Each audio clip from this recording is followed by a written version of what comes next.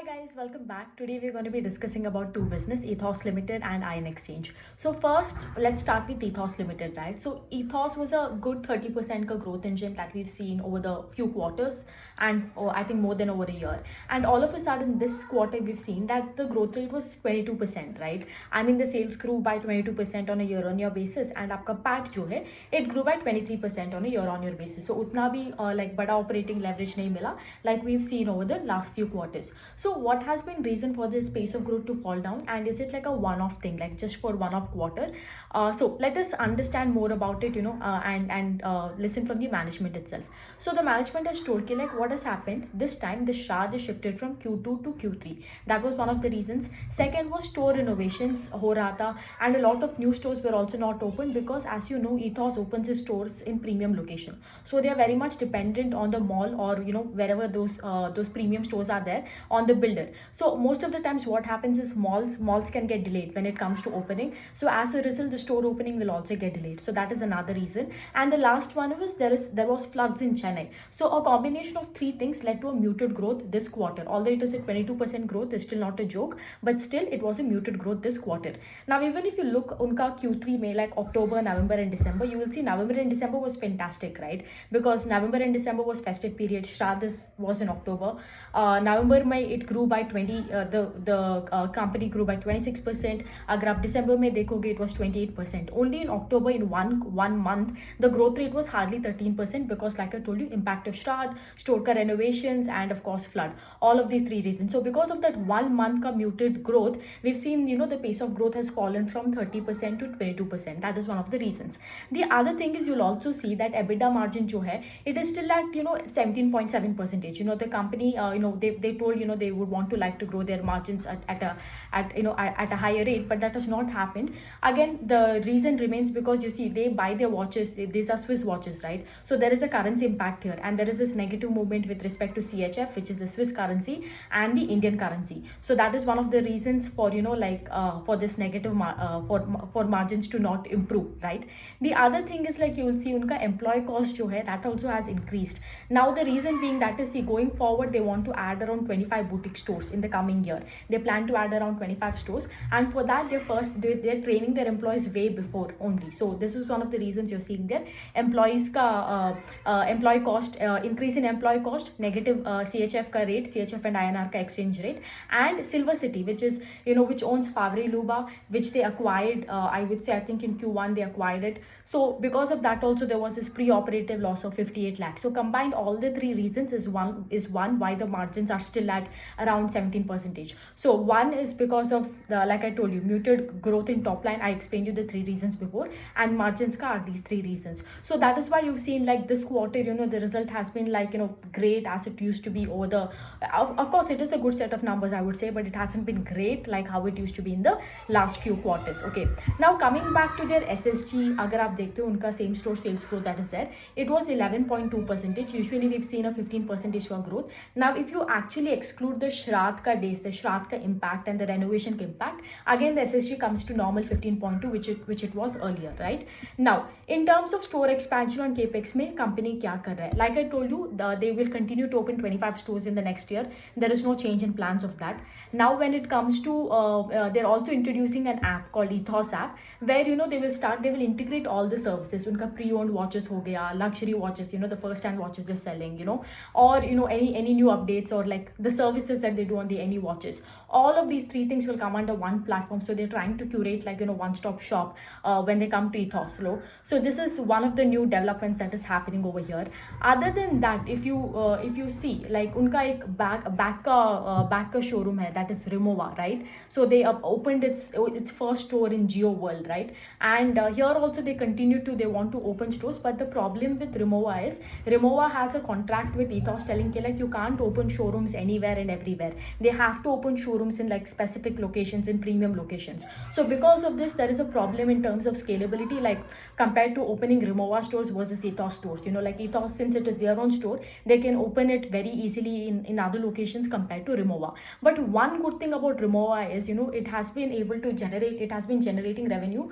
It got operational somewhere between Q2 and Q3, like after the Q2 result, and within 60 days of operation, it has been operational, and within 30 days, just 30 days of operations, it has become profitable, right? So of course it is a great news for Ethos. Like, it's not a joke when a store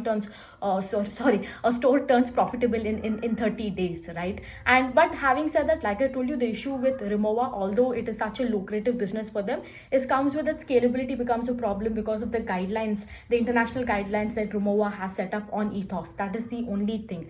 But having said that, they're looking to open a store in Bangalore and Delhi. Probably it will be again opened by next year. That is something they're operating. They're looking forward to. Then after this also, okay, like, one thing is like 20, like I told you, right? They want to open 25 stores in the next year, and then probably a year after that, in FY26, they want to open probably 25 stores in FY25.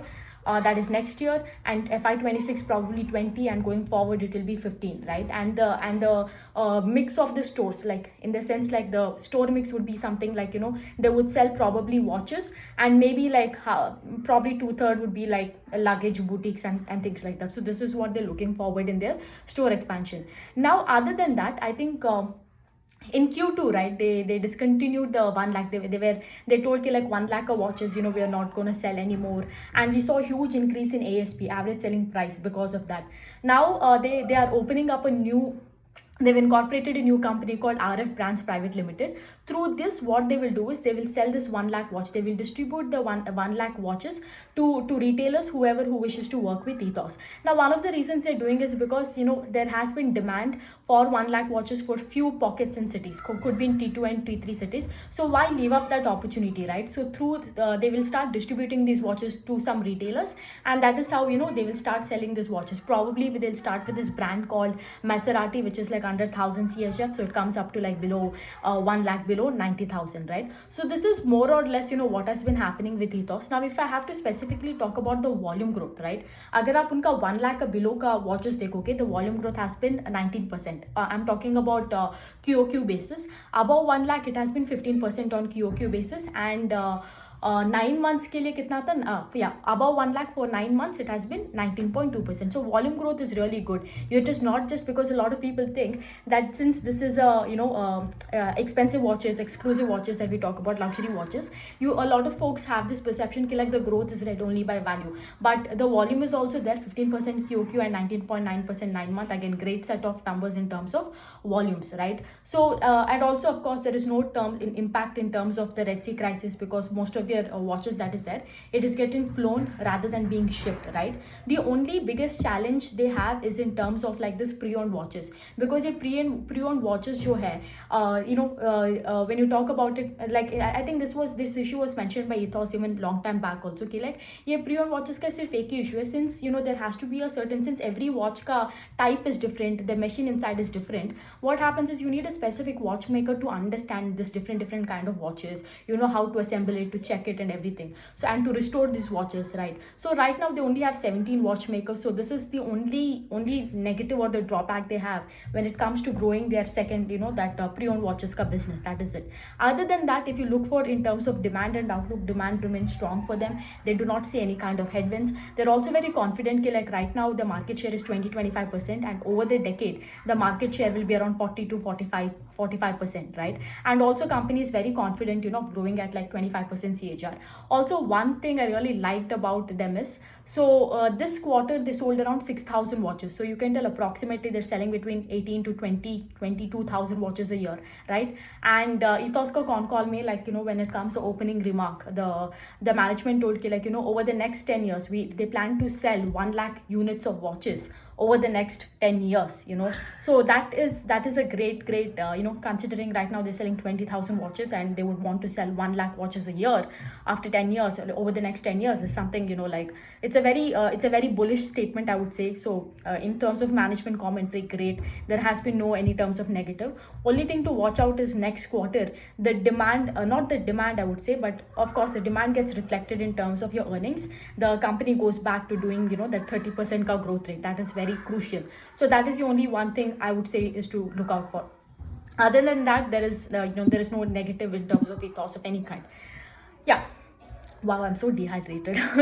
Yeah, the next company we'll be doing is Ion Exchange. So Ion Exchange का like उतना कुछ खास नहीं है. Like if you look at the revenue segments that Ion Exchange has is one in terms of the total revenue, 23% आता है export से, and the rest comes from domestic business. Again here also there is bifurcation in terms of which segment. अगर आप engineering segment देखोगे वहाँ से 60% का revenue आता है, which is the biggest segment, and then the second big segment is chemical segment, which is 30%, and the last one is your consumer segment, which is around 10% it comes up to, right? So if you look at the result has not been impressive, right? Because the revenue grew hardly by 8%, and there is nothing it is a single digit growth engine jo pehle tha, it is no longer as lucrative as that. And the PAT has been flat, of course, jo 48 crores kar raha tha abhi last time, last Q3, and this Q3 it's hardly 47 crores, right? PAT has been flat, nothing much. So EPS also is also flat. Like in terms of numbers, if you have to look off the bat, it is very disappointing. Now if you look at specific divisions, like I told you, engineering segment, which contributes around 60%, here the revenue has decreased by 1.5% on a year-on-year basis. One of the reason here is because last time they were working on a bigger base. Now in comparison to that, it is small. There has been that base effect. The second thing is a lot of orders are coming in, but it is getting delayed in terms of finalization, right? So they are able to book some orders, but inquiries are not book orders. That is wrong. But they are able to, inquiry is happening, inquiry is robust, but the entire process from inquiry to finalization of order, that is getting delayed a lot. And also their large project that is there in UP, right? Jal Nigam order, that is also it is expected to accelerate, but again even that is getting delayed. I think this has been an overhang for them over the last 2-3 quarters, right? Chemical segment ka, which was not great over the last 2 quarters, it is finally picking up. At least here you will see, I think if you look at that single digit ka growth, right, it is coming from two places. One is chemical and the other one is consumer. Chemical grew by 23%, but here what is happening is the demand in both domestic as well as international market is not good, although there is growth. And here another thing is, in chemical segment, growth is led by volume. क्योंकि क्या हो रहा है, like China is dumping all of their products, all of their chemicals here. China से dumping हो रहा है. As a result, there has been a lot of price correction. Now yes, of course, the management has told that customers don't just care about price, but they also care about quality, because you're talking about chemicals that go into the end product of somewhere, right? But also they are very skeptical hopefully they will sustain the margin. So whatever you're seeing here, this 23% ka growth in chemical segment, it has been purely volume led, right? Because price has been corrected so much because of the China dumping. So here again, going forward, there could be a problem in chemical segment. Like I told you, in engineering didn't grow that much, which is a huge part of the revenue. Finalization होने में delay हो रहा है, right? Order finalization होने में. Chemical में भी because of this China dumping, price correction हो रहा है. Hopefully margin will remain intact over here. Consumer division is actually really doing well, okay? But consumer division grew 38% on a year-on-year basis. But the problem is it is hardly 10% of the revenue, right? So even if it grows even 100% on a year-on-year basis, it wouldn't contribute much to your top line, right? And यहाँ पे actually although it is growing, it is acting negatively to the bottom line, because they're investing right now heavily in terms of manpower, and they're doing a lot of expenditure in terms of marketing and everything. So as a result, bottom line is affected in terms of consumer division. The last is उनका जो capex किया था recently, in 1 quarter they acquired Mapril, right? A European company. So this is performing well, and by the year end it will contribute around 80 crores in revenue. And उनका जो capex जो है for this resin greenfield expansion and everything, it will expect commercial production in FY 25-26. So this is more or less the update, and company is also telling going forward you will probably see somewhere like a 20% ka growth. That is it what you can expect, not like the 30% ka growth, that glorious days that you saw between 2022 and 2023, right? And of course they hope that going forward, probably in next year 24-25 that we talk about, the growth should be something like 25% in engineering segment, chemical segment by 10%, and consumer also probably in double digit growth. So roughly again it comes up to, again your average comes up to 20%. The problem with Ion Exchange, I'll tell you, with what I've observed with a lot of retail investors is they saw the stock go up all the way from 200 to 700, right? And nobody probably bought that stock at that time. Now ye gir ke pada hua hai in 400 or something. You know, everybody is buying it, and again, it's not a buy or sell recommendation. But having said that, they don't realize कि like अगर ये stock जो इतना अच्छे से grow हो रहा था, मतलब ये जो business है जो इतना अच्छे से grow हो रहा था, again if it is falling from the top, there must be something wrong with the business, right? Because of जो भी अच्छा business देखते हो, whichever is trading at 52-week high, you will see that the earnings momentum is also intact with the business, and that is why ultimately a stock is nothing but a reflection of your business momentum. That is it, right? And a lot of people don't understand this, right? They think like, "Arey, abhi to ye gir ke pada hai, we are getting it at a discount. Buy the dip," and they buy the dip. But they don't ask like, what is wrong with the business that it has fallen from the top, right? Agar aap dekhte ho, to be very precise, right? Like 1 second, yeah. To be very precise, if you look at June 2022 to I think around June 2023, you will see it. You know, it used to grow by like 21%, 30%, 25% in that rate it used to be. And similarly, at that time, you were getting a 25 to 30% ka growth engine at a 15 to 16p, right? So 30% ka growth engine at 15 to 60p, it is a lucrative deal. But right now, it is ulta. You're getting an 8%, 10%, somewhere between a single digit growth engine at a 40p, right? This is not lucrative anymore as it used to be earlier, right? So here is the thing I always tell you guys, like, see, even if you don't understand the business model, even if you don't understand, just understand the concept of pace of growth. The minute you see the growth rate is falling, ask yourself like, what? First go read the con call and see what is happening. Do you see the sales have been falling because of no order book? Demand kaisa hai us business ka? When all of these problems are getting reflected, now then you know like, you know, it is not some problem in terms of stock. It is some inherent problem with the business, and that is what it is with iron exchange, right? The pace of growth has fallen down. There is no demand in most of their segments that they cater to. There has been price correction. Value growth is affected over there. It is very difficult to get volume growth also in the business. So overall, because of all these reasons, you'll see that iron exchange has not been performing well. Now, hopefully, you know, it can continue to do that 20% ka growth. That is all. At least management can walk the guidance it has given. And that's that about Ethos and iron exchange. And I'll see you again in another video.